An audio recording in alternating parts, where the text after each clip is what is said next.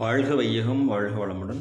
அனைவருக்கும் வணக்கம். Dear friends, இன்றைக்கி நம்மளுடைய pharmacy and health care professional அப்டேட்டில் நாம் டிஸ்கஸ் பண்ணுற டாபிக் என்ன அப்படின்னா, important information as well as instruction for joining paramedical diploma as well as certificate courses under the Tamil Nadu government medical colleges.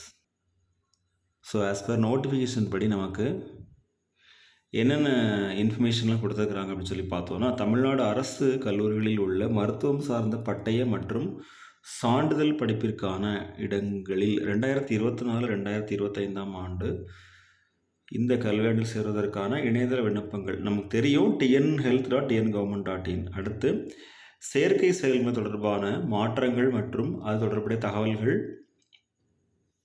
As usual நம்மளுடைய வெப்சைட்லேயே நமக்கு எப்போதும் ரிலீஸ் ஆகும்.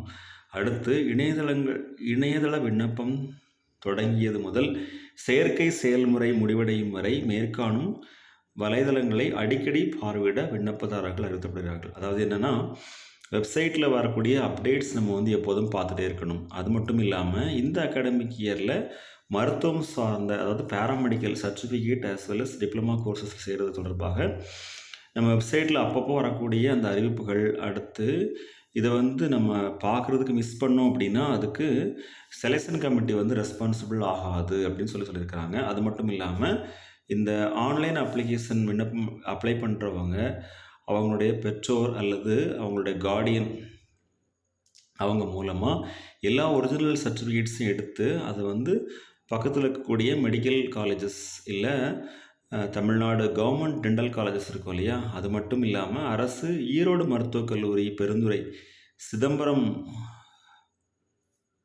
ராஜா முத்தையா மருத்துவக் கல்லூரி, பல் மருத்துவமனை கல்லூரி நேரடியாக சென்று அங்குள்ள இணையதள உதவி மையத்தை அணுகி இணையதள விண்ணப்பத்தினை பதிவேற்றம் செய்யலாம். அதாவது சர்டிஃபிகேட்ஸ் எல்லாமே அப்லோட் பண்ணுறதுக்கு ஒரிஜினல்ஸ் ஸ்கேன்டு காப்பி, அதுக்கு ஹெல்ப் கேட்கலாம்னு சொல்லியிருக்கிறாங்க. அடுத்து அப்ளிகன்ஸ் நம்மளுடைய வெப்சைட்டில் இருக்கக்கூடிய அந்த ப்ராஸ்பெக்டஸை ப்ராப்பராக நம்ம ரீட் பண்ணி பார்க்கணும். அது பார்க்குறதுக்கு பேரண்ட்ஸ் இல்லை கார்டியன் அவங்களுடைய ஹெல்ப் எடுத்துகிட்டு ஸ்டெப் பை ஸ்டெப் ப்ராப்பராக படிச்சுட்டு அதுக்கப்புறமா ஆன்லைன் அப்ளிகேஷன் ஃபில் பண்ணிக்கலாம்.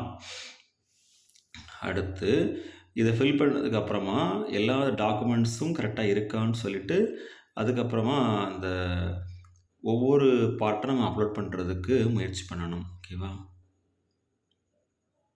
ஏதாவது நம்ம தப்பான இன்ஃபர்மேஷன் நம்ம அப்லோட் பண்ணிவிட்டு திரும்ப அதுக்கப்புறம் மாற்றணும் அப்படின்னா கண்டிப்பாக அது முடியாது.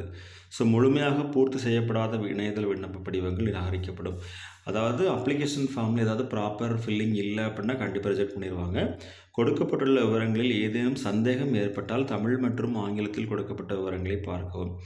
ஸோ இதில் ஏதாவது ப்ராப்ளம் நமக்கு தெரியலை அப்படின்னா தமிழ் லாங்குவேஜில் இருக்கும், அப்படி இல்லைன்னா இங்கிலீஷில் இருக்கும். இதில் அந்த ஒவ்வொரு இன்ஃபர்மேஷனையும் ப்ராப்பராக ரீட் பண்ணிவிட்டு அதுக்கப்புறம் அப்ளிகேஷனாக ஃபில் பண்ணணும். ஓகே ஃப்ரெண்ட்ஸ், இதுதான் நம்ம டிஸ்கஸ் பண்ண இன்ஃபர்மேஷன். ஸோ இதில் பேசிக்கலி அவங்க சொன்னது வெப்சைட்ஸ் வரக்கூடிய அப்டேட்ஸை கரெக்டாக பார்க்கணும். பேரண்ட்ஸ் இல்லை கார்டியன் மூலமாக சப்போர்ட் எடுத்து நம்ம ஃபில் பண்ணிக்கலாம்.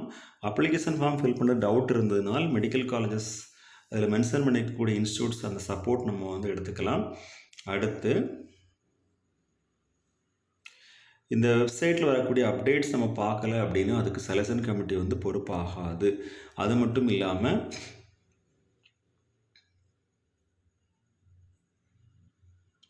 இப்போ நம்ம அப்ளிகேஷன் ஃபார்மில் ஏதாவது மிஸ்டேக் பண்ணிவிட்டு நம்ம அதுக்கு பதிலாக கன்சர்ன் லெட்டர் எழுதினாலோ இல்லை ஏதாவது இன்ஃபர்மேஷன் ஃபில் பண்ணாமல் இருந்தாலும் அதுக்கு செலெக்ஷன் கமிட்டி ரெஸ்பான்ஸ் ஆகாது. அதை மாதிரி அப்ளிகேஷன் ஃபார்ம் ஃபுல்லாக ஃபில் பண்ணலை அப்படின்னா அந்த விண்ணப்ப படிவங்கள் நிராகரிக்கப்படும் சொல்லியிருக்காங்க. ஓகே ஃப்ரெண்ட்ஸ், இதுதான் நம்ம டிஸ்கஸ் பண்ண information. Best wishes for all success. வாழ்க வையகம், வாழ்க வளமுடன். நன்றி.